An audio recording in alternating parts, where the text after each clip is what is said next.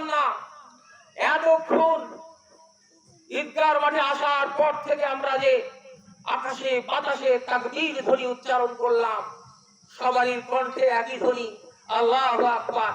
কেন তাকবীর ধ্বনি উচ্চারণ করলাম? এর অর্থ কি? আল্লাহু আকবার অর্থ কি? এতক্ষণ আমরা কিসের কিসের ধ্বনি প্রতিধ্বনিত করলাম, কি বললাম, এই সম্পর্কে যদি আমাদের জ্ঞান না থাকে তাহলে হাল সৃষ্টি হবে না। হাল বলতে তিনটা অবস্থা থাকতে হবে। ইবাদত করতে হলে তিনটা অবস্থা থাকতে হবে। প্রথম, যা করছি সেই সম্পর্কে আমাকে জানতে হবে। এইবার হাল মানে অবস্থা সৃষ্টি করতে হবে, এই কাজ কিভাবে করা যায়, সেই পরিবেশটা ঠিক করতে হবে, সেই মনটা ঠিক করতে হবে। আমি ঈদের মাঠে এসেছি নিজের গুনাহ মাফের জন্য। আমি ভুল করেছি, আমি অন্যায় করেছি, আমি পাপ করেছি। এখন আল্লাহর কাছে চাবো, যার কাছে চাবো তার কাছে যদি আমি অহংকার নিয়ে চাই, গর্ব নিয়ে যদি চাই, না বুঝে চাই, তাহলে আমার মনের হাল সৃষ্টি হবে না। আমি আজ ভিক্ষুক, আমি কাঙ্গাল, আমি অসহায়, আমি অপরাধী, আমাকে কিভাবে এখানে বসে থাকতে হবে, কিভাবে চাইতে হবে, সেই অবস্থা সৃষ্টি করতে হবে। আমি যদি একজন ফকির কারোর কাছে যে ভিক্ষা যদি জোর করে চাই, তাহলে সেটা ছিনতাই বলা হয়। আর যদি অনুনয় বিনয় করে, আমি ক্ষুধার্ত, আমি অসহায়, আমি রোগী, আমি অভাবী, দয়া করে আমাকে একটু ভিক্ষা দেন, দয়া করে আমাকে একটু সাহায্য করেন, বলার যে ভঙ্গি ঢং যদি তৈরি না হয়, অসহার্থ যদি প্রকাশ না পায়, তাহলে সেই ফকিরকে আপনি ভিক্ষা দিবেন না। এই বেটা আমাকে দে, ভিক্ষা দে, তাহলে বলবে আমাকে দে, এই টাকা দে, তাহলে আপনি ভিক্ষা দেবেন না, তাকে দান করবেন না, বরং তাকে ছিনতাই করে বলবেন, তাকে ডাকাত করে বলবেন। আপনি ইবাদত করতে এসেছেন, আপনার মনের হাল অবস্থা তৈরি করুন। আপনি গোলাম, আপনি দাস, আপনি অপরাধী, আপনি পাপী, এই অবস্থা তৈরি করুন। তারপরে আপনি যে কাজ করছেন তারপরে হলো আমল। তারপরে আমল করে দেখান, আমি সালাত আদায় করলাম, আমি চাইলাম, আমি মুনাজাত করছি, এই চাই, সে আল্লাহ তোমার কাছে চাই, আর হাত তুললাম আল্লাহর কাছে চাইলাম, মন থেকে কিছুই বুঝছে না, জানলাম না কিসের জন্য চাচ্ছি, তাহলে সেটা ইবাদত হিসাবে গণ্য হবে না, সেটা কবুল হবে না। আমরা কথা না বলি, আসলে মনের কথা রাখতে হবে। যে কথা বলছিলাম, আজকে খুশির দিন। কিসের খুশি? বছরে আমরা দুইবার আনন্দ প্রকাশ করি। প্রত্যেক জাতির জন্য খুশির দিন রয়েছে, আনন্দের দিন রয়েছে। মুসলমানদের খুশির দিন হলো দুইটা, একটা হলো ঈদুল ফিতর আর একটা হলো ঈদুল আজহা। ঈদুল ফিতরে আনন্দ কেন? ঈদুল আজহার আনন্দ কেন?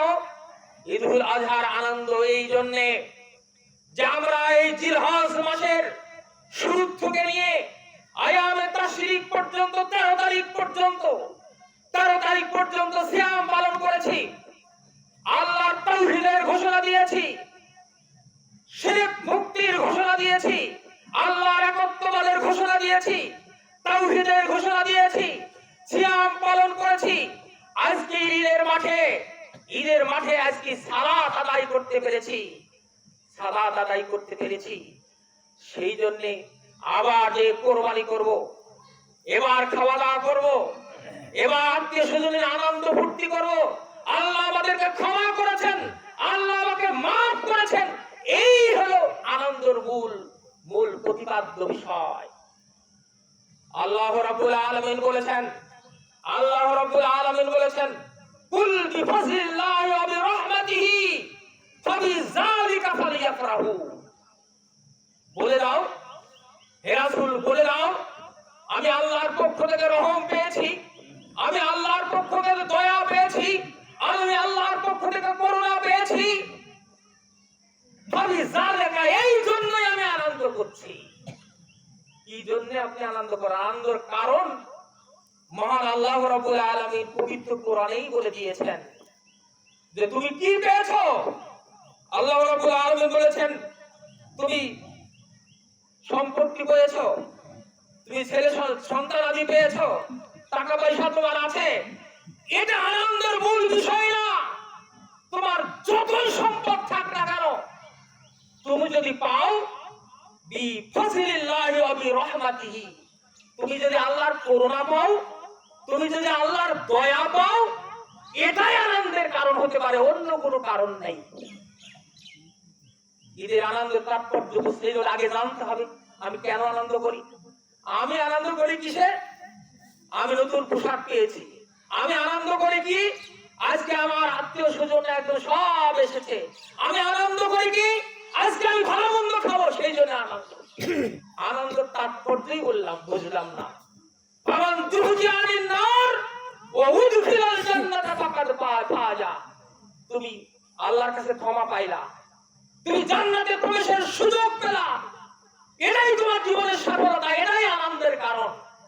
আপনি ঈদের মাঠে এসেছেন, আপনি আপনার গুনাহ খাতা মাফ হবে, আল্লাহ রাব্বুল আলামিন আপনার প্রতি রহমত বর্ষণ করছেন, করুণা বর্ষণ করছেন, এই জন্য আপনি আনন্দিত হবেন, এটাই আনন্দের মূল কারণ, তাছাড়া অন্য কোনো কারণ নেই। তেমনি ভাবে আমরা ঈদুল ফিতরে উপস্থিত হই, ওই একটাই কারণ, আমি 1 মাস ধরে সিয়াম পালন করেছি, আজকে ঈদের মাঠে উপস্থিত হয়েছি, আমার গুনাহ মাফ হবে। রহমতের মাস, করুণার মাস, মাগফিরাতের মাস, সেই মাস আমি পালন করেছি যথার্থভাবে, ঈদের মাঠে উপস্থিত হয়েছি, আল্লাহ আমাকে মাফ করে দিয়েছেন, এই আশা পোষণ করছি, এই জন্য আনন্দ। আনন্দের মূল কারণ হলো এটা। আর আমরা হলো বলে ওই 3টা ছাগলের মতো বলে না, একজন খাইন আছে আর একজন না খাই না, একজন বুঝি হাসে আর একজন না বুঝে হাসে, না বুঝে হাসে। এই হলো আমাদের বুঝ হয়ে গেছে, আমরা বুঝি না, আনন্দের কারণ বুঝি না। মহান আল্লাহ রাব্বুল আলামিন বলেন কুল ইন্না সালাতি ওয়া নুসুকি ওয়া মাহইয়া ওয়া মামাতি লিল্লাহি রাব্বিল আলামিন। কুরবানি কি? আমরা কুরবানিতে দেওয়ার সময় কি দোয়া পড়ে থাকি? আমরা বিসমিল্লাহ আল্লাহু আকবার সংক্ষিপ্ত দোয়া পড়ে কুরবানি করে থাকি। কুরবানি হয়ে গেল, রাসূলুল্লাহ সাল্লাল্লাহু আলাইহি সাল্লাম কুরবানির আগে আরো যে আয়াতগুলো পড়তেন, যে দোয়াগুলো পড়তেন, যে ঘোষণা দিতেন, কি ঘোষণা দিতেন? কুল ইন্না সালাতি ওয়া নুসুকি ওয়া মাহইয়া ওয়া মামাতি লিল্লাহি রাব্বিল আলামিন। আল্লাহ রাসূল আগে ঘোষণা দিতেন, হে রাসূল বলো, আমার সালাত, আমার কুরবানি, আমার জীবন, আমার মরণ সব কিছু বিশ্ব প্রতিপালক মহান আল্লাহ রাব্বুল আলামিনের জন্য। এই ঘোষণা দিত, ইন্নী ওয়াজ্জাহতু ওয়াজহিয়া লিল্লাযী ফাতারাস সামাওয়াতি ওয়াল আরদ হানিফা ওয়া মা আনা মিনাল মুশরিকিন। আল্লাহ রাসূল ঘোষণা দিতেন, আমি আমার সত্তা, আমার আত্মা, আমার চেহারা, আমার সর্বস্ব, আমার সবকিছু তোমার দিকে নিবেদন করছি, পেশ করছি। তুমি বিশ্বজাহানের প্রতিপালক, তুমি আকাশ জমিনের প্রতিপালক, তোমার কাছে আমার সবকিছু আমি নিবেদন করছি। আমি এতে আর কাউকে ভাগ দেব না, আমার কুরবানিতে কাউকে ভাগ দেব না, আমার সালাতে আমি কাউকে ভাগ দেব না, তোমার মহব্বতে আমি আর কাউকে আমি ভাগ দেব না। লা শারিকা লাহু আমি যালিকা উমিরতু। তুমি না বলেছো, তুমি না আদেশ করেছো, আমার মহব্বতের কাছে আর কারো মহব্বত প্রাধান্য পাবে না। আমি সেই ঘোষণা দিচ্ছি। সম্মানিত হাজিরিন, কোরআনের আয়াত আল্লাহ রাব্বুল আলামিন বেশ কয়েকটি আয়াতে উল্লেখ করেছেন। কি উল্লেখ করেছেন? ওয়াজকুরু ইসমাল্লাহি ফি আয়ামিন মা'লুমাত। অন্য একটি আয়াতে বলা হয়েছে ফি আয়ামিন মা'দুদাত। তোমরা এই নির্দিষ্ট কিছু সময় তোমরা আল্লাহকে বেশি বেশি করে স্মরণ করো। এই যে জিলহজ মাসের 10টি দিন চলছে, এই মাসের শুরু থেকে আমাদের তাকবীর উচ্চারণ করা দরকার ছিল। আমাদের মধ্যে আমল নাই। আমরা শুধু আয়ামে তাশরিকের 3 দিন, পরবর্তী দিনগুলো নিয়ে এই তাকবীর পাঠ করে থাকি। কিন্তু কোরআন এবং হাদিসের নির্দেশ অনুযায়ী এই জিলহজ মাসের প্রথম থেকে 13 তারিখ পর্যন্ত এই তাকবীর উচ্চারিত হবে। আল্লাহু আকবার, আল্লাহু আকবার, লা ইলাহা ইল্লাল্লাহ, আল্লাহু আকবার, আল্লাহু আকবার, ওয়ালিল্লাহিল হামদ। আমরা যারা হজে যাই তারা তালবিয়া করতে থাকে, তাকবীর পড়তে থাকে, লাব্বাইক আল্লাহুম্মা লাব্বাইক, আরাফাতের ময়দানে অন্যত তাসবিহ তাহলিল পড়তে থাকে। দীর্ঘদিন ধরে নির্দিষ্ট সময়গুলো চলতে থাকে। আমরা আমাদের না জানার কারণে, না বুঝার কারণে আমরা সুনির্দিষ্ট কয়েকটা দিন পড়ে থাকি, কিন্তু এই তাকবীর ধ্বনি আমাদেরকে করতে হবে। আল্লাহ রাব্বুল আলামিন বলেছেন, কাযালিকা সাখখারাহা লাকুম লিতুকাব্বিরুল্লাহ আলা মা হাদাকুম ওয়া বাশশিরিল মুহসিনিন। মহান আল্লাহ রাব্বুল আলামিন বলেছেন, তোমাদের পশুগুলোকে তোমাদের অনুগত করে দিলাম। কি জন্য অনুগত করে দিলাম? যাতে তোমরা তার উপরে, ওই পশুর উপরে লিতুকাব্বিরু, আমার তাকবীর ধ্বনি, আমার একত্ববাদের ধ্বনি, আমার তাওহীদের ধ্বনি, আল্লাহু আকবার, বেশি বেশি করে উচ্চারণ করতে পারো, বেশি বেশি করে উচ্চারণ করতে পারো। এই জন্য আমি তাদেরকে অনুগত করে দিয়েছি।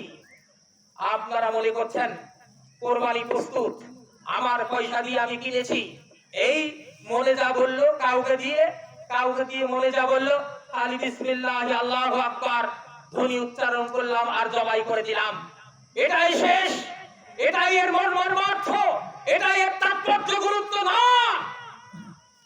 বরং আমি কি বললাম?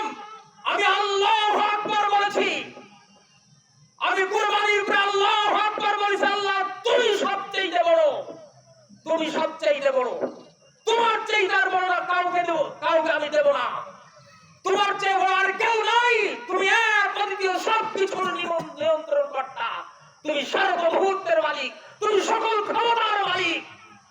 এই ঘোষণা আপনি যদি আগের থেকে না দিয়ে খালি জবাই করেন, এটার সার্থকতা নয়।